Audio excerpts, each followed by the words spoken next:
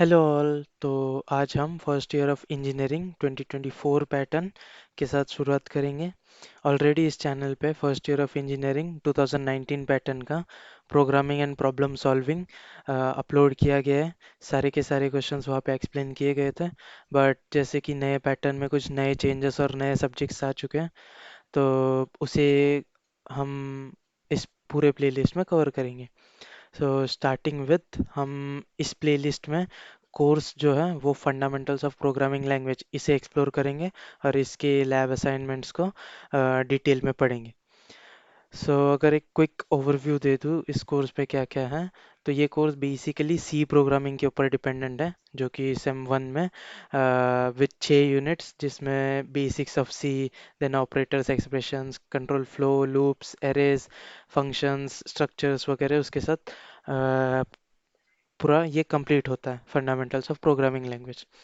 तो अगर हम लैब असाइनमेंट्स में पढ़ने से पहले कुछ बेसिक प्री रिक्विजिट्स हैं जो कि आपके लिए मदद करेगी ये प्लेलिस्ट और इजीली समझने के लिए।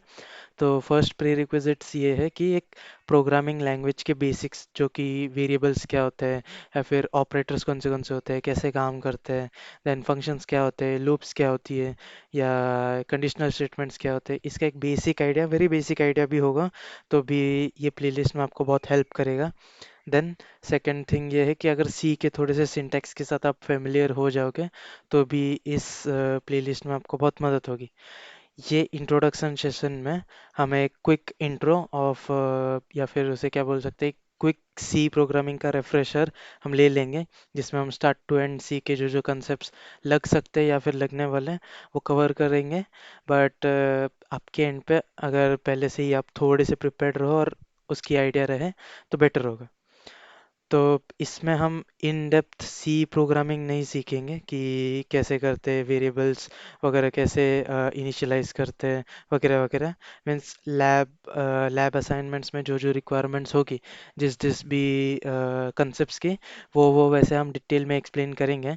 बट एज अ सी का कोर्स हम इसे नहीं स्टार्ट करते हुए स्पेसिफिक लेबोरेटरी एक्सपेरिमेंट्स के ऊपर ज़्यादा ध्यान देंगे, क्योंकि ऑलरेडी यूट्यूब पे बहुत सारे सी, सी प्लस प्लस या फिर कोई भी प्रोग्रामिंग लैंग्वेजेस के कोर्सेस ऑलरेडी प्रेजेंट है।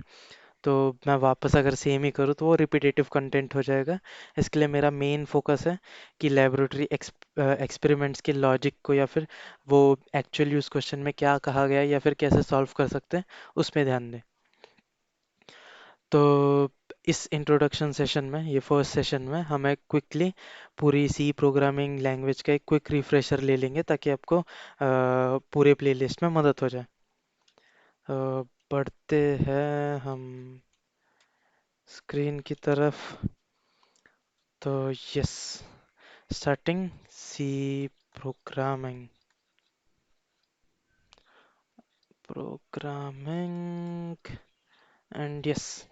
सो बेसिकली सी क्या है, एक प्रोग्रामिंग लैंग्वेज है। प्रोग्रामिंग लैंग्वेज होता क्या है, बेसिकली जो हमारा कंप्यूटर होता है या फिर कोई भी जो डिजिटल इलेक्ट्रॉनिक्स, मोबाइल हो या टैबलेट हो, तो वो एक स्पेसिफिक लैंग्वेज में काम करता है, जो कि है वंस एंड जीरोस वाली, जिसे हम बाइनरी बोलते हैं। सो लेट्स अज्यूम कि मैं एक कंप्यूटर हूँ और मुझे सिर्फ एक ही लैंग्वेज आती है, बाइनरी लैंग्वेज, और मुझसे आपको कम्युनिकेट करना, बट आपको बाइनरी लैंग्वेज आती नहीं है। तो अभी इसके बीच में आप जो कुछ बोलेंगे, आपको लेट्स से एक लैंग्वेज आती है मराठी या फिर इंग्लिश या फिर हिंदी, जो कुछ है। सो फॉर एग्जांपल कि आपको इंग्लिश आती है, तो अगर आपको इंग्लिश आती है और मुझे सिर्फ बाइनरी आती है, तो आपको किसी वे में इंग्लिश को कन्वर्ट करना पड़ेगा बाइनरी में, ताकि मैं समझ पाऊँ, और जो कुछ आप कहेंगे वो मैं कन्वर्ट करके वो मैं एक्चुअली एग्जीक्यूट कर पाऊँ। सो उसी लिए कुछ हाई लेवल प्रोग्रामिंग लैंग्वेजेस बनाई गई थी, जिसमें से एक एग्जांपल है सी। सो सी जो है वो एक हाई लेवल प्रोग्रामिंग लैंग्वेज है, जो कि कंपाइल्ड लैंग्वेज है। अभी कंपाइल्ड होता क्या है, सो मेनली जैसे हम देख रहे थे कि कंप्यूटर को सिर्फ बाइनरी लैंग्वेज आती है, तो अभी हमारे केस में हमें लेट्स से एक हम सी का एक प्रोग्राम लिखते हैं, मतलब सी, सी एक इंग्लिश जैसा लैंग्वेज समझ लो। तो ये लैंग्वेज में हम क्या करते हैं कि एक सेट ऑफ स्टेटमेंट्स लिख देते हैं कि लेट्स से सबसे सिंपल एक टास्क ले लेते हैं कि ब्रिंगिंग ग्रॉसरी। ओके, सो ये टास्क है ब्रिंगिंग ग्रोसरी का। तो आपने क्या लिखा कि फर्स्ट स्टेप है कि टेक मनी, सेकंड स्टेप है go to shop, third step है buy the items, fourth step है कि take the change and fifth step है कि वापस आ जाओ घर पे। सो ये एक जो कोड होता है सी प्रोग्राम का, ये जो कोड होता है इसे सोर्स कोड कहा जाता है। तो इस सोर्स कोड को भी हम समझ सकते हैं क्योंकि ये हाई लेवल लैंग्वेज है, बट ये कंप्यूटर नहीं समझ सकता। क्यों? क्योंकि उसे सिर्फ बाइनरी में समझ में आता है। तो हम क्या करते हैं, जैसे कि नॉर्मल अगर मुझे कोई चाइनीज़ या फिर रशियन का टेक्स्ट और मुझे वो क्या लिखा है वो समझना हो, तो मैं गूगल ट्रांसलेट यूज़ करता हूँ और उसे ट्रांसलेट कर लेता हूँ। सिमिलरली एक प्रोसेस जिससे हम ये हाई लेवल लैंग्वेज को बाइनरी बेसिकली असेंबली में कन्वर्ट करते हैं, बट अभी सिंप्लिसिटी के लिए समझ लो कि हाई लेवल लैंग्वेज को हम डायरेक्टली बाइनरी में जो कन्वर्ट करते हैं उस प्रोसेस को कंपाइलेशन बोलते हैं। कंपाइलेशन। और ये काम करने के लिए जैसे ट्रांसलेट करने के लिए ट्रांसलेटर होता है, वैसे ही कंपाइलेशन करने के लिए कंपाइलर नाम का एक सॉफ्टवेयर होता है। कंपाइलर। सो ये करता क्या है कि ये बेसिकली जो कुछ इनपुट है हाई लेवल लैंग्वेज का वो लेता है और कन्वर्ट करता है असेंबली में एक्चुअली, बट मशीन कोड में कन्वर्ट करता है, जो कि हम अभी के लिए मतलब सिंप्लिसिटी के लिए बाइनरी समझ लेते हैं। असेंबली थोड़ा सा डिफरेंट होता है, थोड़ा सा और हाई लेवल होता है बाइनरी से, बट ठीक है अभी के लिए एज्यूम कर लो कि बाइनरी में कन्वर्ट करता है। कुल। तो ये प्रोसेस हो गया कंपाइलेशन वाला। तो ये सी प्रोग्राम क्या है कि कंपाइल्ड प्रोग्रामिंग लैंग्वेज है।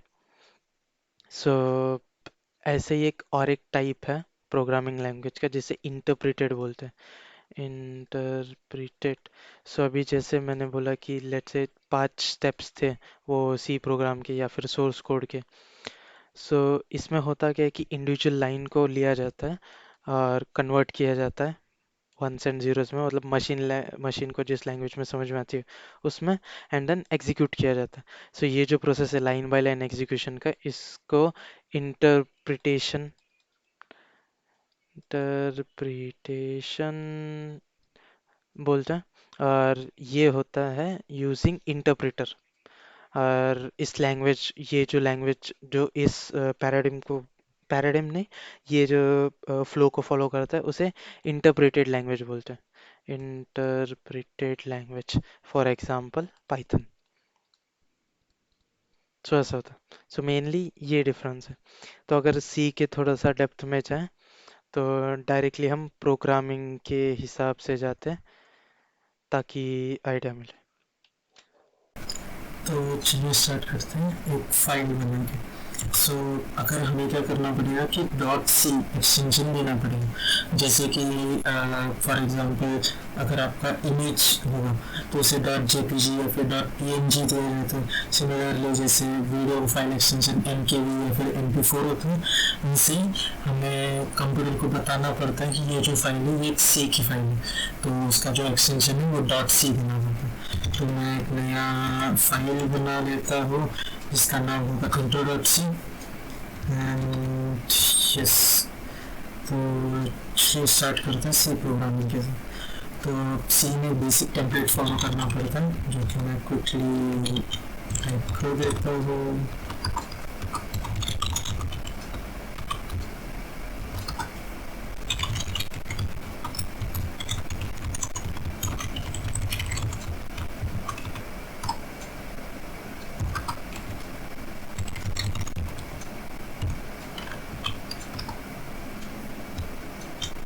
सो ये जो भी स्क्रीन पे दिख रहा है ये सी का बेसिक टेम्पलेट है। पहले हम इसे एग्जीक्यूट करके देख लेते हैं, फिर मैं समझाता हूँ कि ये है क्या।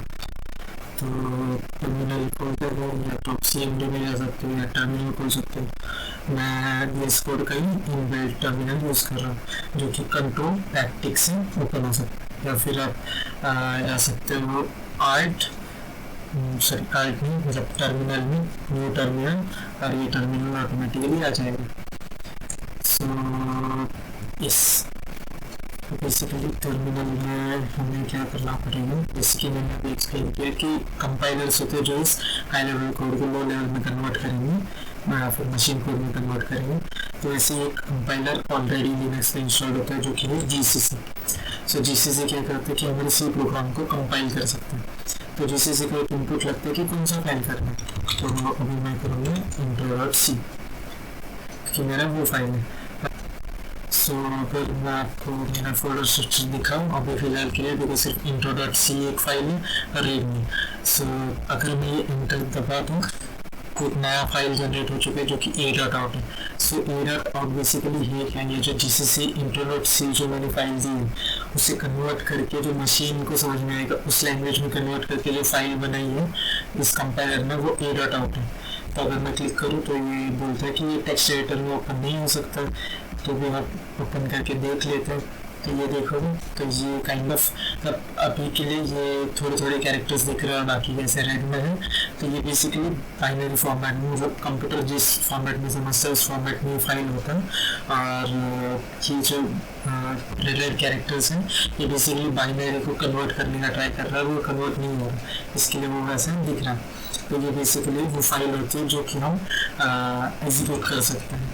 तो उसे एग्जीक्यूट करने के लिए हमें ./a.out देना पड़ेगा। अगर मैं एंटर दबाऊँ तो उसने क्या किया कि कंसोल पे हेलो एडिटर प्रिंट कर दिया। तो ये बेसिक जो प्रोग्राम है ये करता क्या है कि ये जो कुछ इस प्रिंट स्टेटमेंट के मतलब प्रिंट फंक्शन को इनपुट दिया गया है वो प्रिंट कर देता है। तो अभी आप पूछोगे कि ये प्रिंट होता कैसे है, मैंने तो कुछ मतलब स्पेसिफिक किया नहीं कि मेरे को कंसोल में चाहिए, यहाँ पे चाहिए, ऐसा चाहिए, उसके बाद में एक न्यू लाइन चाहिए या फिर क्या चाहिए। तो ये जो प्रिंट एफ ये जो है इसका भी कोड पे कभी लिखा होगा कि कैसे प्रिंट करना है, क्या करना है, कौन सा कंसोल यूज़ करना है, क्या प्रिंट करना वगैरह वगैरह वगैरह। तो वो जो कोड होता है वो इन फाइल्स में होता है जो कि हम हेडर फाइल्स इंक्लूड करते हैं। सो ये stdio का फुल फॉर्म है स्टैंडर्ड इनपुट आउटपुट। तो बेसिकली ये फाइल करता है कि जो इनपुट आउटपुट है उसके रिलेटेड जो कुछ फंक्शंस है वो इसमें स्टोर होता है। मतलब ये भी stdio.h नाम का एक फाइल होता है, हेडर फाइल बोलते हैं जिसे, और इसमें ये सब कोड होता है कि ये printf कैसे काम करेगा जो कि प्रिंट करने के लिए, scanf जो होता है वो इनपुट लेने के लिए वो कैसे काम करेगा, और भी बहुत सारे फंक्शंस होते हैं। तो वो जो नॉर्मल मतलब स्टैंडर्ड जो फंक्शंस होते हैं वो इन फाइल्स में स्टोर किए जाते हैं। और हम बेसिकली बोल क्या रहे हैं सी को कि ये जो कुछ है ये इस फाइल में जो कुछ है वो सब इंक्लूड कर, मतलब बेसिकली वो कॉपी पेस्ट करके यहाँ पे लो इस फाइल में लो ताकि हम यूज़ कर पाए। उसके बाद में अगर प्रोग्राम हमने लिखा है तो वो कभी से तो भी स्टार्ट होना चाहिए। सो वो जो स्टार्टिंग पॉइंट है वो ये मेन फंक्शन है। तो ये प्रिंट भी एक फंक्शन है, ऐसे ही कहीं पे ये जो अभी इंट मेन लिखा गया है ये डिक्लेरेशन है इस मेन फंक्शन का कि मेन में होना क्या चाहिए अगर ये मेन फंक्शन कॉल हुआ तो। सिमिलरली तो जो प्रिंट है फिर उसका भी फंक्शन कहीं पे लिखा गया है और वही हम यहाँ पे यूज़ कर रहे हैं या फिर कॉल कर रहे हैं। तो फंक्शन में मेनली तीन चीज़ें होती है कि फंक्शन डिक्लेरेशन, उसके बाद उसका function initialisation, declaration and then calling. तो वो हम बाद में कभी कवर करेंगे स्पेसिफिक फंक्शन वाली लैब में। बट अभी के लिए ये बेसिक ये है कि एक फंक्शन है इंट क्या लिखा गया, ये एक डेटा टाइप है जो कि बता रहा है कि हम रिटर्न टाइप जो है मतलब इस फंक्शन से कुछ वैल्यू वापस आएगी, वो वैल्यू कौन से टाइप की, इंटीजर टाइप की। तो ये डेटा टाइप हम देखेंगे को कवर में। बट तो ये फंक्शन है, फंक्शन में हमने बोला कि प्रिंट करना ये जो कुछ चीज़ दी है ये प्रिंट करना और फिर हम रिटर्न करना 0। तो अब ये इंट है क्या, इंटीजर। सो बेसिकली अगर हम देखें कंप्यूटर को तो समझ में नहीं आएगा कि मैंने ये क्या लिखा है, ये क्या लिखा है या फिर ये क्या लिखा है। अभी ये तो इसके लिए कुछ ना कुछ रैंडम गिब्रिश होगा। तो बेसिकली ये स्पेसिफिक जो वैल्यूज़ हैं या फिर ये स्पेसिफिक जो चीज़ें हैं उसे एक स्पेसिफिक डेटा टाइप मतलब एक एक टाइप दिया गया है कि ये जो डेटा है ये नंबर है, ये जो डेटा है ये कैरेक्टर है, ये जो डेटा है ये भी एक नंबर है या फिर इंटीजर। सो बेसिकली मेन जो डेटा टाइप्स हैं वो है इंट, फ्लोट, डबल और कैर और बूल। तो बेसिकली इंट क्या बोलता है, इंट इंटीजर है, इंटीजर मतलब होल नंबर, लेट्स से 89 हो गया, 0 हो गया, -7 हो गया, ये सब जो कंप्लीट नंबर्स हैं विदाउट डेसिमल पॉइंट वो इंटीजर हो गया। फ्लोट क्या है, वो फ्लोट होता है डेसिमल पॉइंट नंबर। डबल क्या होता है, डबल भी डेसिमल पॉइंट नंबर होता है, बट उसमें का डिफरेंस क्या है आप पूछोगे फ्लोट और डबल में। सो फ्लोट जो होता है, लेट्स से कि हम फ्लोट में ये नंबर स्टोर करने का ट्राई कर रहे हैं, तो इसमें होता क्या है ना कि फ्लोट कभी कभी मतलब जो हायर प्रिसीजन वैल्यूज रहते हैं, ये जो भी बहुत बड़ा नंबर डेसिमल पॉइंट की, तो ये कभी कभी वो एक्यूरेटली स्टोर नहीं कर पाता। लास्ट का फोर फोर जो है वो मैंने अगर फोर दिया होगा तो मे बी फाइव में कन्वर्ट हो जाएगा, एट हो जाएगा, टू हो जाएगा, वन हो जाएगा, कुछ भी हो जाता है। मतलब लास्ट के जो वैल्यूज होते हैं, जो डेसिमल के एंड डिजिट्स, वो इतने एक्यूरेटली स्टोर नहीं करते, जबकि जो डबल है वो एक्यूरेटली स्टोर होता है। तो वो होता कैसे, क्या यूज़ होता है, वो सब आप आगे कंप्यूटर आर्किटेक्चर में वगैरह पढ़ोगे कि I triple E floating point storing कैसे होती है वगैरह वगैरह। बट अभी के लिए बस इतना ध्यान रखना कि फ्लोट ज़्यादा एक्यूरेट नहीं होता है, डबल ज़्यादा एक्यूरेट होता है। कैरेक्टर्स जैसे कि ये है जो इंडिविजुअल सिंबल्स जो होते हैं अपने इसमें ए या फिर बी या फिर परसेंटेज या फिर डॉलर या फिर एट द रेट, ये जो चीज़ें होती हैं ये इंडिविजुअल कैरेक्टर्स में होते हैं। तो ये कैरेक्टर बेसिकली होता क्या है ना कि एक एस्की टेबल नाम का एक टेबल होता है।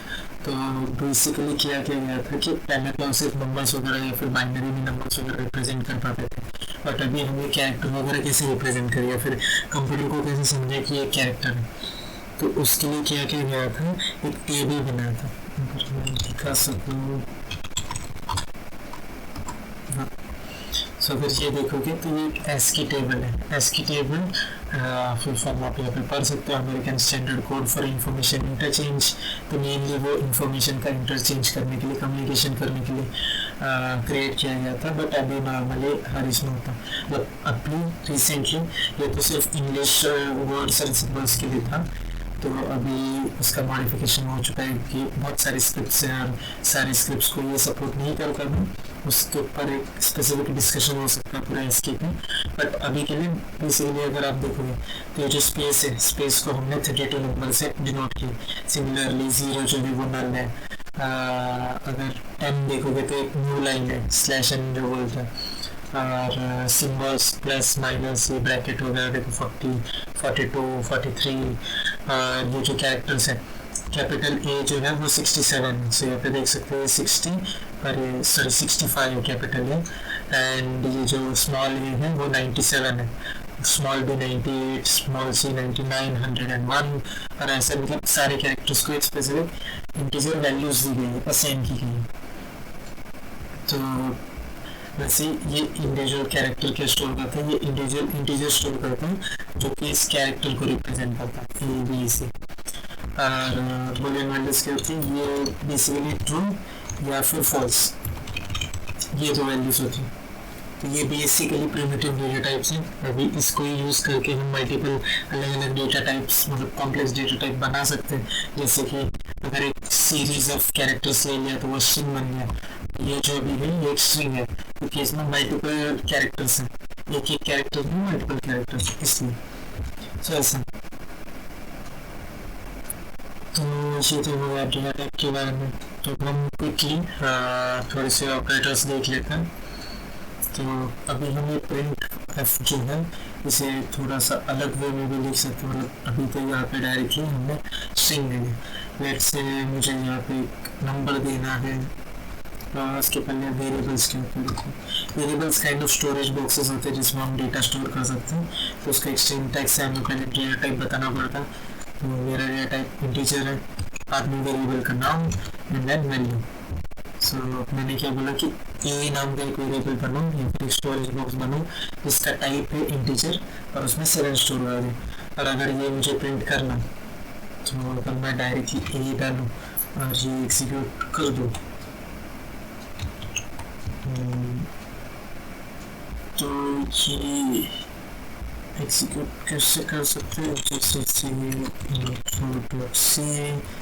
एंड देन लेट्स से कि मतलब मल्टीपल कमांड्स मुझे सिंगल लाइन में एग्जीक्यूट करना है तो मैं ऐसे लिख सकता हूँ। तो स्लैश ए डॉट इंटर्स। तो ये देखोगे कि डायरेक्टली हम वेरिएबल इसमें यूज़ नहीं कर सकते। एक वार्निंग आ रही है कि स्ट्रिंग लिटरल एक्सपेक्ट कर रहा था बट मुझे कुछ अलग ही डेटा टाइप में। तो इसे लिखने के लिए हमें पहले फॉर्मेट स्पेसिफाई करना पड़ता है कि हम लिख कैसे रहे। तो मैं क्या बोल रहा हूँ कि मैं एक स्ट्रिंग लिख रहा हूँ जिसमें मुझे एक डेसिमल नंबर प्रिंट करना है। तो अगर मैं अभी एग्जीक्यूट करूँ तो अब देखो कि 7 प्रिंट हो गए, बट यहाँ पे वो डायरेक्टली अटैच हो चुका है, तो मेरे को इसके बाद एक नया लाइन चाहिए। तो मैं एक स्पेशल कैरेक्टर यूज़ कर सकता हूँ जो कि स्लैशन। अगर मैं इसे वापस एग्जीक्यूट करूँ तो आप देखोगे कि 7 प्रिंट हुआ और उसके साथ एक न्यू लाइन भी प्रिंट हुआ। न्यू लाइन बेसिकली होता कुछ नहीं है, ये स्लैशन कैरेक्टर होता है जो कि बेसिकली टेक्स्ट एडिटर वगैरह दिखाते नहीं है। बट अगर आप इसका इंटरनली देखोगे तो यहाँ पे एक स्लैशन है, यहाँ पे एक स्लैशन है। तो बेसिकली ये स्लैशन हमें रिप्रेजेंट होते हुए नई लाइन भी दिखा। तो वैसे तो ये तो क्या नंबर्स। लेट्स से अभी हम थोड़ा सा चलो 2 नंबर ले लेते हैं, एक 7 और 2। और अभी हम थोड़ी सी मैथमेटिकल ऑपरेशंस करेंगे। सो सिंप्लीफाइड ऑपरेशंस मोस्टली आपको आइडिया होगा कि कौन से हैं। तो प्रिंट एफ एंड आई भी लिख सकते हैं यहाँ इंटीजर के लिए। चार्ज अभी के लिए A plus B, A minus B, A into B, A divided by B. तो ये कुछ बेसिक ऑपरेटर्स हैं जो कि प्लस माइनस, मल्टीप्लिकेशन के लिए एस्टेरिक सिंबल, डिवीजन के लिए स्लैश। अगर ये मैं एग्जीक्यूट करूँ तो अब देखोगे कि इसके बाद एक न्यू लाइन आ चुका है। एंड देन ये 9, 5, 14, 3 ये अलग लाइन पर चुका है। मेरे को इसके बाद भी एक न्यू लाइन चाहिए होगा, तो मैं ऐसे कहाँ पे ऐसे सेव करके वापस मैं एग्जीक्यूट कर सकता हूँ। अभी ये आप देख रहे हो क्योंकि मुझे वापस हर एक फाइल को सेव करने के बाद एग्जीक्यूट करने के लिए ये कमांड वापस टाइप करना पड़ रहा है। तो उसके बजाय मैं क्या कर सकता हूँ, मैं एक्सटेंशंस में जाके कोडरिनर नाम पे ये एक्सटेंशन इंस्टॉल कर सकता हूँ। तो ये करता है कि ऑटोमेटिकली ये सब चीज़ें करके मुझे आउटपुट दे देता है। तो उसके लिए ये इंस्टॉल कर लो, कोडरिनर सर्च कर लेना। सो कोडरिनर देन ये ऐसा वाला कोडरिनर विद ये आइकन, ये सिंबल आपको मिल जाएगा। तो वो इंस्टॉल कर लेना, मैंने ऑलरेडी इंस्टॉल कर रखा है। तो उसके बाद थोड़ी सी सेटिंग्स हैं जो कि आपको बेनिफिशियल हो सकते हैं। तो ये तो सेटिंग में ये गेयर आइकन पे क्लिक करूँ, सेटिंग में जाऊँ और देन टाइप करूँ सेव। तो यहाँ पे आपको ऑटो सेव वाला आएगा, तो मैंने ऑन फोकस चेंज करके रखा। आफ्टर डिले भी कर सकते हो, मतलब थोड़ी डिले के बाद ऑटोमेटिकली चेंज होगा। बट मैं फोकस चेंज पे कर रहा हूँ। फोकस चेंज मतलब अगर आप इस फाइल में हो और आपने फोकस चेंज किया, मतलब किसी और जगह पे चले गए, तो ऑटोमेटिकली सेव हो जाएगा। और अगर देखोगे तो फॉर्मेट ऑन सेव ये भी टर्न ऑन कर सकते हो, तो वो ऑटोमेटिकली सेव मतलब जब भी सेव करेंगे तो उसको फॉर्मेट भी कर दिया। उसके बाद कोडरिनर टाइप करना। तो कोडरिनर में अगर मैं टर्मिनल क्लोज करूँ तो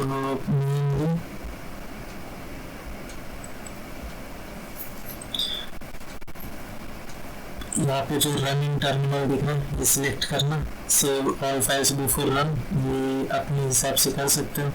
मैं तो मोस्टली रखता हूँ ताकि ऑटोमेटिकली सब फाइल सेव हो जाए, या फिर सिर्फ सेव जो करंट फाइल है वही सिर्फ सेव होगा, वो कर सकते हो। एंड देन रन टर्मिनल तो कर चुके हो। जैसे फोकस इज बेसिकली कि अगर मैं चलो दिखाता हूँ, तो इसका शॉर्टकट है वो आप ऑटोमेटिक एग्जीक्यूट करने में कंट्रोल आल्ट एन। तो कंट्रोल आल्ट एन करने पे देखो ऑटोमेटिकली ये कोड एग्जीक्यूट हो चुका है। तो उसने किया कि वो स्पेसिफिक फाइल में गए मेरे फोल्डर में। उसके बाद gcc intro.c जो मैं कर रहा था, उसने एक नया फ्लैग दिया डैश हो, जब उसने एक आउटपुट फाइल का नाम बताया तो वो इंट्रो है। एंड देन कहाँ पे जाके उसको एग्जीक्यूट करना वो लिखा, तो ये ऑटोमेटिकली यहाँ पे देखो एग्जीक्यूट होगा। तो अगर मैं वापस एग्जीक्यूट करूँ कंट्रोल आल्ट एन में, तो आपको दिखेगा कि मेरा कर्सर अभी भी यहीं पे है।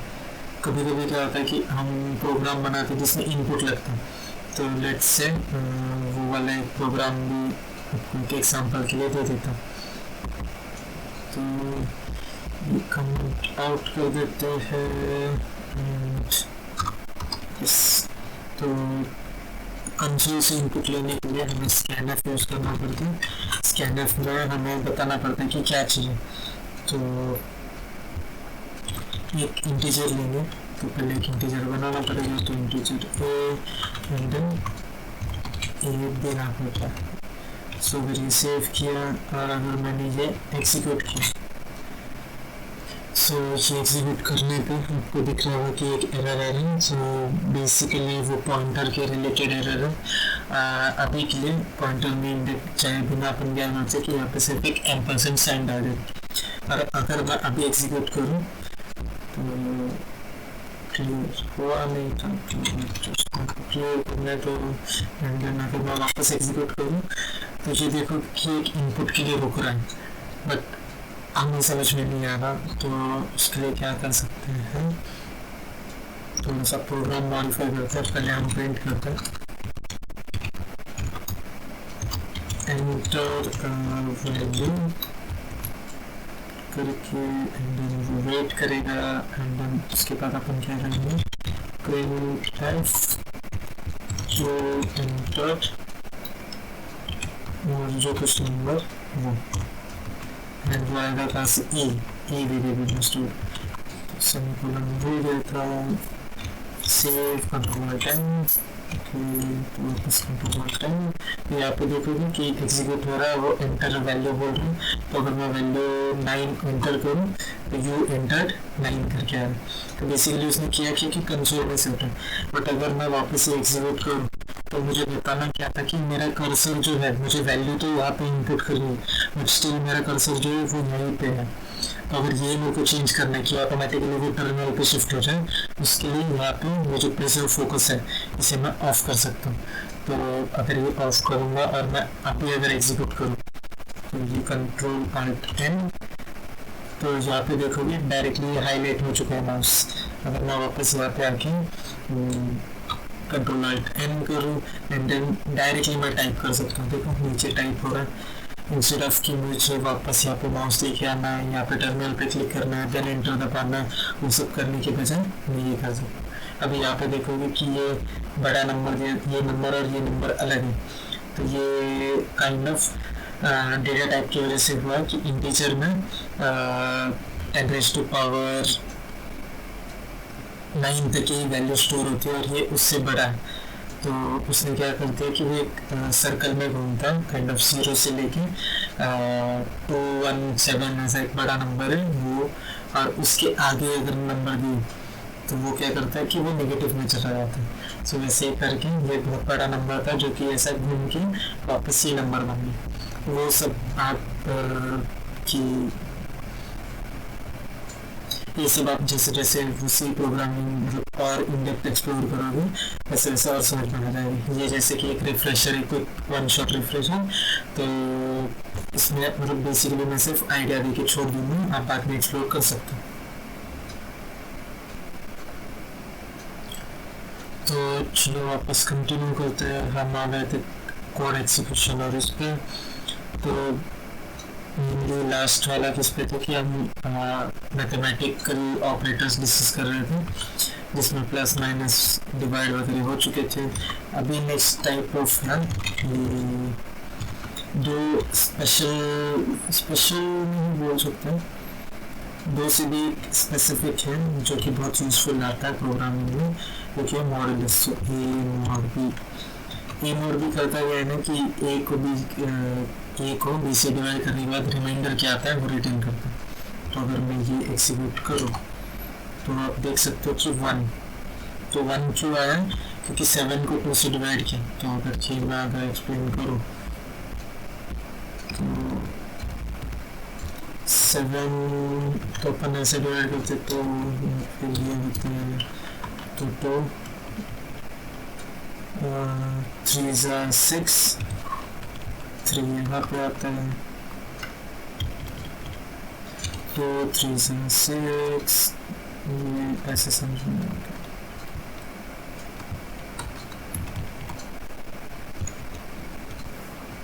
ये ऐसे होता है अपन 2 3 6 ये -6 आएगा तो ये 6 होगा तो इसका आउटपुट आएगा 1। तो ये जो होता है ये डिवाइजर है, ये डिविडेंड है, ये क्वोशंट है और ये रिमाइंडर है। तो ये जो रिमाइंडर है ये इस मॉडुलस ऑपरेटर से हमें मिलता है जो कि मतलब प्रोग्रामिंग में बहुत टाइम पे यूज होता है। अभी लेट्स से यहाँ पे देखोगे तो ये क्या रिटर्न कर रहा है, 1 रिटर्न कर रहा है क्योंकि ये ऑड नंबर है। तो अगर कोई भी ऑड नंबर को हम 2 से डिवाइड करें तो उसमें रिमाइंडर 1 आता है, तो हम ऑर्डर इवन का प्रोग्राम लिख सकते हैं इसके यूज से। तो वैसे सब चीज़ें हैं। तो अभी डिस्कस कर ही रहे हैं तो लेट्स से वो भी प्रोग्राम बना लेते हैं।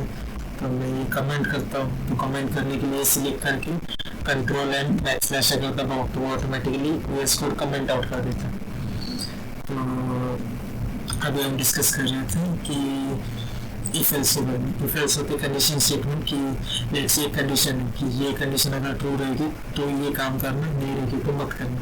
तो उसका सिंटैक्स है इफ और ये ब्रैकेट में condition and then curly bracket और एल्स इफ भी यहीं पे दिखा देता हूँ। एल्स इफ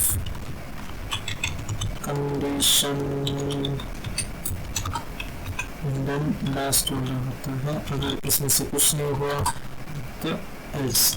तो लेट्स से कंडीशन दे देते हैं, कंपैरिजन वाला एक प्रोग्राम बनाते हैं कि ए अगर बड़ा है 5 से तो अपन प्रिंट करेंगे ग्रेटर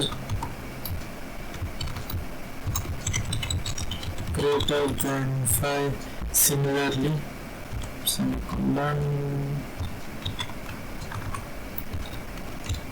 तो अगर ए इक्वल है 5 के, मतलब ये ग्रेटर देन सिंबल होगा, ये इक्वल टू मतलब इक्वल है या नहीं चेक करने के लिए, क्योंकि अगर सिंगल इक्वल टू यूज़ करोगे तो वो असाइनमेंट ऑपरेटर है सी में। तो ग्रेटर देन के पीछे equal to 5 and then less than 5 यहाँ पर लेस देन 5 सेव करते हैं, एग्जीक्यूट करते हैं। तो ग्रेटर देन 5 आ रहा है क्योंकि ए में वैल्यू के स्टोर है 7 स्टोर है।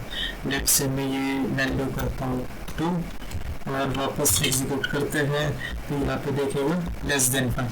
तो इसमें से बाकी 2 एग्जीक्यूट नहीं हो रहे, सिर्फ तीनों कंडीशन में से कोई एक हो रहा है। तो वैसे कंडीशनल्स ये होते हैं। लेट्स से मेरे को 1 to 5 प्रिंट करना, तो उसके लिए मैं फॉर लूप यूज़ कर सकता हूँ। फॉर वाइल लूप से, बट मैं फॉर वाला का एग्जाम्पल दे देता हूँ। for I equal to 0 is less than 5 and plus and then printf क्या प्रिंट करना है मुझे, डेसिमल प्रिंट करना है जो कि है। तो ये बेसिकली करता क्या है कि पहले तो ये एग्जीक्यूट होगा इंट आई इक्वल टू 0, मतलब एक इंटीजर इनिशियलाइज हो। उसके बाद ये कंडीशन चेक होता है 0 5 से कम है क्या, हाँ 2, तो अंदर जाएगा और ये काम करेगा जो कुछ लिखा हुआ। वो होने के बाद यहाँ पे आएगा ये ऑपरेशन का। तो ये यहाँ पे क्या हो रहा है आई प्लस प्लस, ये क्यों मेरी ऑपरेटर है वो आई की वैल्यू को इंक्रीज करे 0 था तो 1 हो गया। तो ये वापस फिर कंडीशन चेक होगा 1 छोटा है 5 से, हाँ है, ये एग्जीक्यूट होगा। फिर यहाँ पे जाएगा 2 छोटा है, हाँ 3 छोटा है, हाँ 4 छोटा है, हाँ 5 छोटा है क्या, 5 छोटा नहीं है। तो यहाँ पे कंडीशन ब्रेक हो रही है तो अंदर नहीं जाएगा, वो डायरेक्टली एग्जिट हो जाएगा लूप की। तो अगर मैं ये एग्जीक्यूट करूँ, चलो स्लैश इन दे देते हैं ताकि अपने को अच्छे से दिखे एंड ये एग्जीक्यूट। तो दिख रहा है 0 आया, 1 आया, 2 आया, 3 आया, 4 आया, 5 नहीं आया क्योंकि 5 से छोटा नहीं है। लेट्स से मेरे को इक्वल भी चाहिए, मतलब आई लेस देन या फिर इक्वल दोनों हो सकता है। तो मैं less than equal to sign दूंगा, एग्जीक्यूट, और यहाँ पे देख रहे हैं 0 to 5 प्रिंट हो रहा है। सिमिलरली वाइल लूप से भी कर सकते हो। वाइल लूप में कैसे करोगे,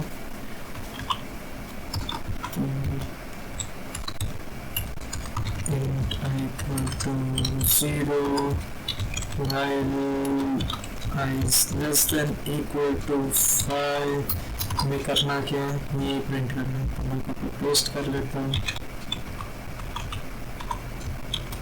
इसके बाद आई जो है वो प्लस प्लस होगा। अगर ये भी एग्जीक्यूट करे तो सेम ही आउटपुट आएगा, 0 1 2 3 4 5, ये सेम ही है। लेट्स से मैं इक्वल टू हटा देता हूँ एंड देन एग्जीक्यूट करता हूँ, तो 0 1 2 4, 1 2 3 4, तो ये होगा फॉर एंड वाइल। तो अब ये तो हो गए कंट्रोल स्टेटमेंट्स। अब इसके बाद फंक्शंस क्या होते हैं ये देखते हैं।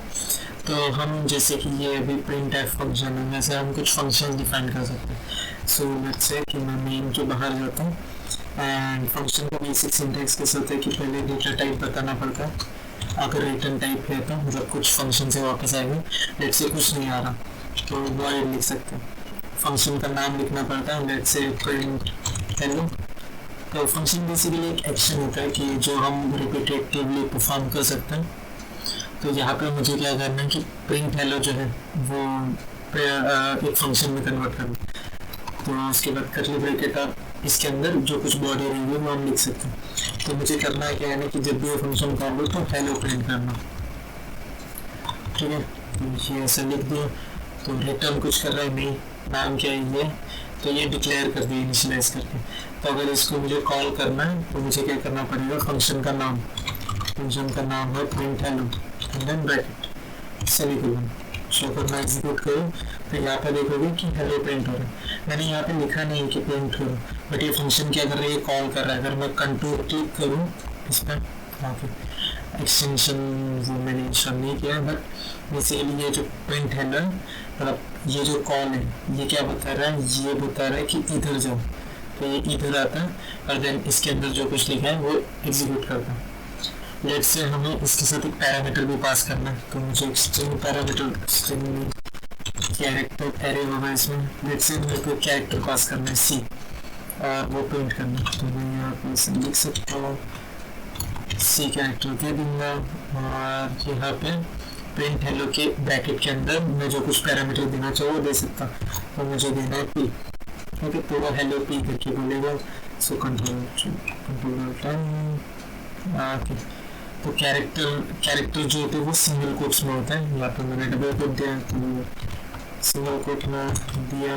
तो अगर आप देखोगे तो हेलो पी आ रहा है यहाँ पे आउटपुट। अगर मैं न्यू लाइन डाल दूँ exclamation new line new execute, तो देखोगे हेलो पी करके आउटपुट आ रहा है।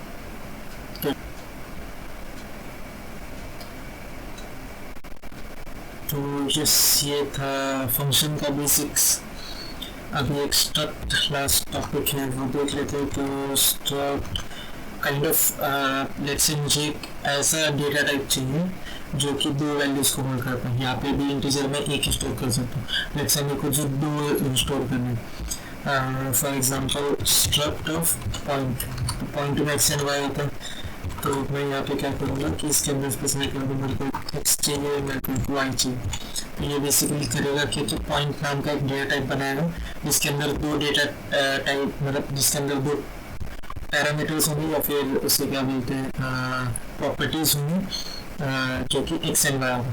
तो इसे यूज़ कैसे करते हैं, तो हमने अभी देखा कैसे था कि वेरिएबल कैसे डिक्लेयर होता है। पहले डेटा टाइप, तो यहाँ पे डेटा टाइप है पॉइंट, उसके बाद में नाम से p1 एंड देन ये होगा एक पॉइंट।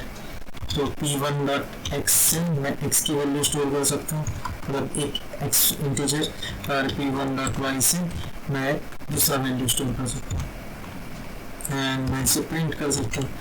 तो print F point has x और S modulus t and y plus modulus t। तो मैं यहाँ पे क्या कर सकता हूँ p1 dot X p1 dot Y. चलिए एग्जीक्यूट करके देखते हैं। कुछ तो एरर आया है। p1 क्या बोला गया,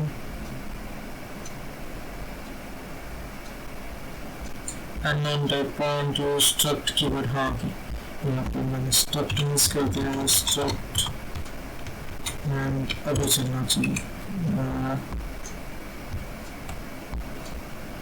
कि यहाँ पे एक सेमीकोलन ले गया सिंटैक्स मिस्टेक सॉरी अभी एग्जीक्यूट करें तो यहाँ पे देखें point as X coordinate as 0 and Y coordinate as 4 so basically इसका सिंटैक्स में यहाँ पे लास्ट में सेमीकोलन बचा था मेरा तो ये एक स्ट्रक्ट पॉइंट करके एक डेटा टाइप होगा जिसमें दो वैल्यूज है एक्स एंड वाई ये कुछ भी हो सकता है मैंने इंटीजर लिया कैरेक्टर भी ले सकता हूँ एंड यहाँ पे देखोगे तो ये वेरिएबल बनाते ऐसे बना सकते हैं एंड देन उसका डेटा ऐसे स्टोर कर सकते हैं एंड ये एक्सिक्यूट कर सकते हैं तो यहाँ से और एक मेथड है ये स्ट्रक्चर इनिशियलाइज करने का so struct point even let's say मुझे वैल्यूज डायरेक्टली देनी तो मैं दे सकता हूँ दोनों इंटीजर है सो 8 एंड 9 एंड ये हो गया स्ट्रक्ट इनिशियल तो सेम मैं प्रिंट कर देता हूँ यहाँ पे न्यू लाइन डाल देते हैं ताकि अच्छे से दिखे नए लाइन पे यहाँ पे मैं प्रिंट कर देता हूँ यहाँ पे इंस्टेड ऑफ P1 अगर मल्टीपल सेम चीज़ें सिलेक्ट कर रही हो तो VS कोड में कंट्रोल D यूज कर सकते हैं तो मैंने तीनों सिलेक्ट कर दिया तो तीनों एक साथ एडिट कर दिया तो मैंने पॉइंट का नाम रख दिया P2 और अगर मैं अभी एक्सिक्यूट करूँ तो यहाँ पे देख सकते हो कि पहला पॉइंट जो था 0 और 4 वाला वो तो वैसे ही सेकंड में क्या होगा कि 8 and 9 automatically X and Y को असाइन होगा सो फर्स्ट वाला वैल्यू एक्स को सेकंड वाला वैल्यू वाई को तो ऐसे भी हम स्ट्रक्ट को इनिशियलाइज कर सकते हैं तो आज के सी के रिफ्रेशर और ओवरव्यू सेशन में इतना ही तो जो सी प्रोग्रामिंग के बेसिक्स लगेंगे इस प्लेलिस्ट में उसका एक क्विक ओवरव्यू लेने की कोशिश की इसमें काइंड ऑफ इसे वन शॉट क्विकर या फिर क्रैश कोर्स ऑन सी ये भी बोल सकते हो ताकि आप क्विकली फेमिलियर हो जाओ कि क्या क्या आपने पढ़ा था जैसे कि मैंने स्टार्टिंग में कहा था कि प्रीरिक्विजिट्स है कि आपको बेसिक्स पता हो किसी प्रोग्रामिंग लैंग्वेज के और सी के पता होंगे तो रियल लैंग्वेज तो ये काइंड ऑफ क्विक रिफ्रेशर था ताकि आपको क्या क्या लगेगा इस प्लेलिस्ट में उसका एक बेसिक आइडिया हो और आप एक बार क्विकली वो थ्रू किए हो वो सारे कंसेप्ट्स सो आज के इस इंट्रो सेक्शन में इतना ही फिर से मिलते हैं नेक्स्ट वीडियो में with the first lab assignment till then bye